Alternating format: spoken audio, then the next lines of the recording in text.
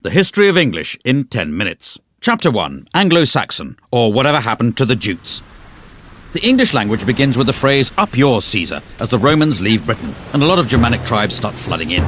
Tribes such as the Angles and the Saxons, who together gave us the term Anglo Saxon, and the Jutes, who didn't. The Romans left some very straight roads behind, but not much of their Latin language. The Anglo-Saxon vocab was much more useful, as it was mainly words for simple, everyday things like house, woman, loaf, and werewolf. 4 of our days of the week were named in honour of Anglo-Saxon gods. They didn't bother with Saturday, Sunday and Monday, as they'd all gone off for a long weekend. While they were away, Christian missionaries stole in, bringing with them leaflets about jumble sales and more Latin. Christianity was a hit with the locals and made them much happy to take on funky new words from Latin like martyr, bishop and font.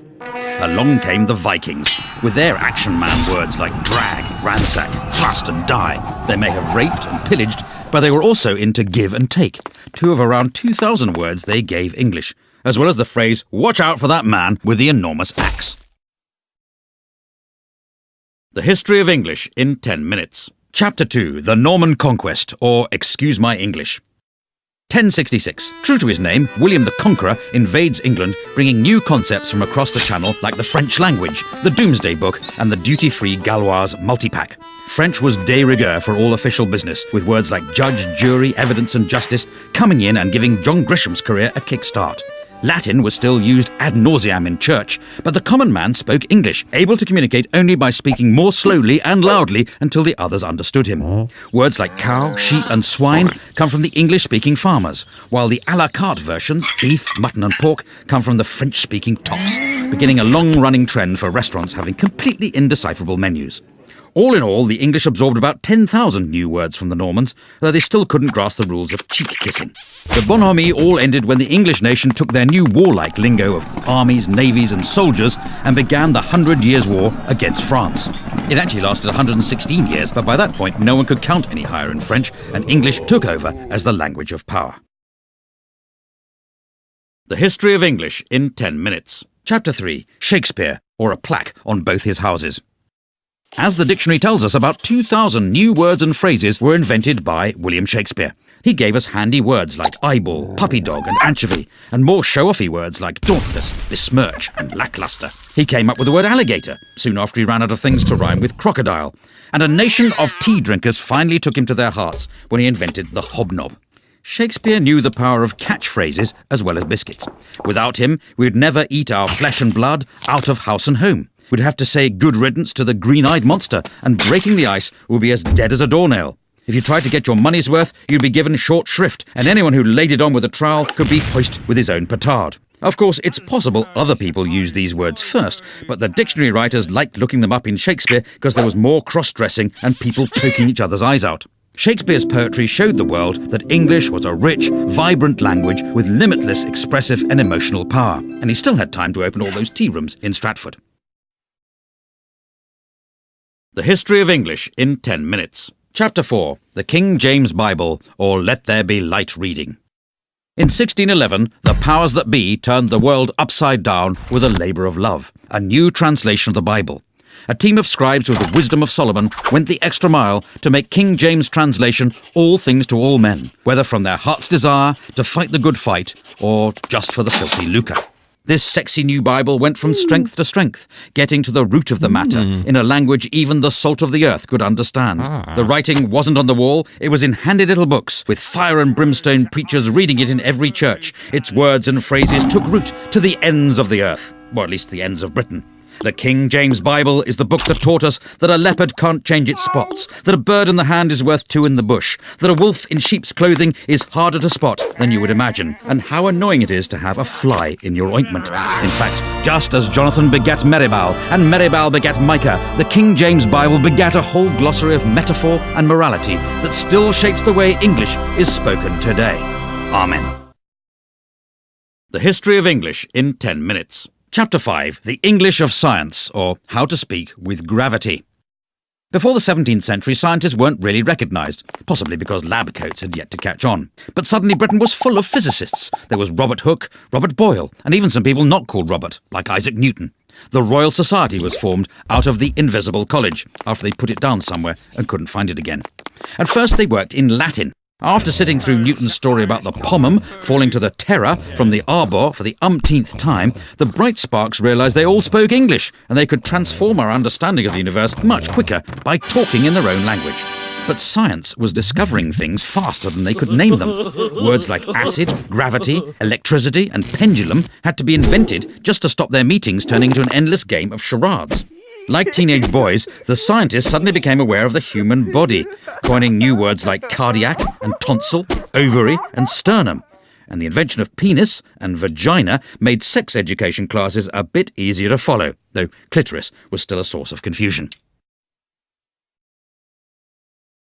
The History of English in 10 minutes. Chapter 6. English and Empire, or the sun never sets on the English language.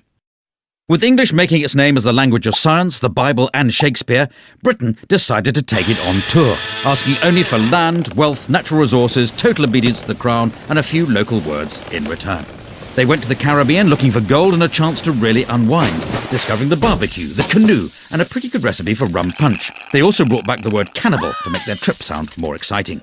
In India, there was something for everyone. Yoga to help you stay in shape while pretending to be spiritual. If that didn't work, there was the cummerbund to hide the paunch. And if you couldn't even make it up the stairs without turning crimson, they had the bungalow. Meanwhile, in Africa, they picked up words like voodoo and zombie, kicking off the teen horror film. From Australia, English took the words nugget, boomerang and walkabout, and in fact the whole concept of chain pubs. All in all, between toppling Napoleon and the First World War, the British Empire gobbled up around 10 million square miles, 400 million people and nearly 100,000 gin and tonics, leaving new varieties of English to develop all over the globe. The History of English in 10 minutes. Chapter 7. The Age of the Dictionary, or the Definition of a Hopeless Task. With English expanding in all directions, along came a new breed of men called lexicographers who wanted to put an end to this anarchy, a word they defined as what happens when people spell words slightly differently from each other. One of the greatest was Dr. Johnson, whose Dictionary of the English Language took him 9 years to write. It was 18 inches tall and contained 42,773 entries, meaning that even if you couldn't read, it was still pretty useful if you wanted to reach a high shelf. For the first time, when people were calling you a pickle herring, a jobbernowl, or a fopdoodle, you could understand exactly what they meant, and you'd have the consolation of knowing they were all using the standard spelling. Try as he might to stop them, words kept being invented, and in 1857 a new book was started that would become the Oxford English Dictionary. It took another 70 years to be finished after the first editor resigned to be an archbishop. The second died of TB, and the third was so boring that half his volunteers quit, and one of them ended up in an asylum. It eventually appeared in 1928, and it's continued to be revised ever since, proving the whole idea you can stop people making up words is complete snuff-bumble. The History of English in 10 minutes. Chapter 8. American English, or not English, but somewhere in the ballpark.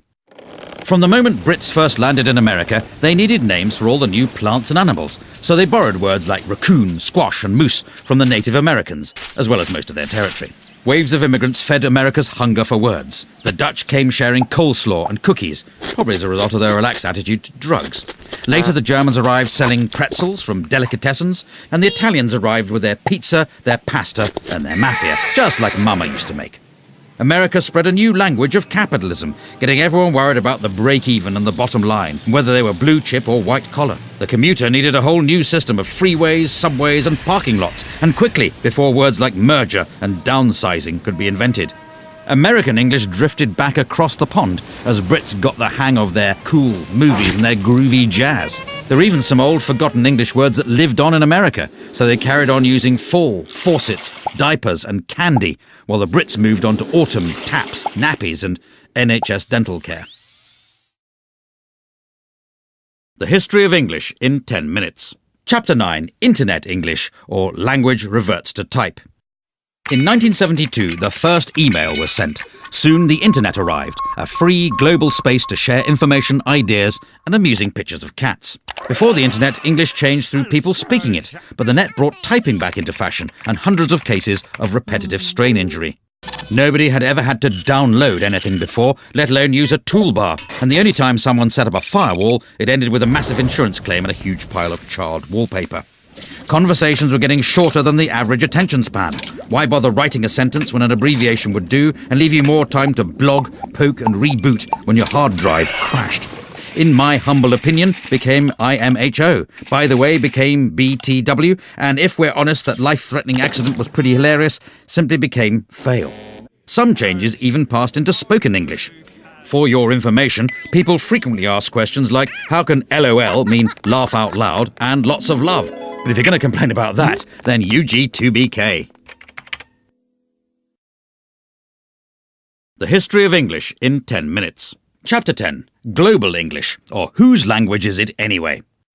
In the 1500 years since the Romans left Britain, English has shown a unique ability to absorb, evolve, invade, and if we're honest, steal. After foreign settlers got it started, it grew into a fully fledged language all of its own, before leaving home and travelling the world, first via the high seas, then via the high-speed broadband connection, pilfering words from over 350 languages and establishing itself as a global institution. All this despite a written alphabet that bears no correlation to how it sounds and a system of spelling that even Dan Brown couldn't decipher.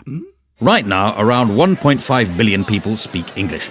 Of these, about a quarter are native speakers, a quarter speak it as their second language, and half are able to ask for directions to a swimming pool.